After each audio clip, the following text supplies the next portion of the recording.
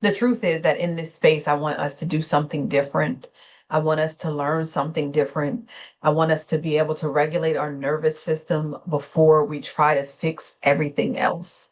That doesn't mean that it's going to erase all the struggles and all the things that we're dealing with in this all bias and hateful world at times. Your nervous system, however, has to be one of the priorities and one of the things you do to keep yourself alive. But think about it this way: when it's exposed to chronic stress, racialized stress or racial trauma, emotional labor, and constant responsibility for all of the woes of the world that may not even be at a fault of you, but a system that you have to operate in and be a part of, even sometimes when we don't like it. And most of it doesn't turn on dealing with the multitudes of chronic stress that's going on.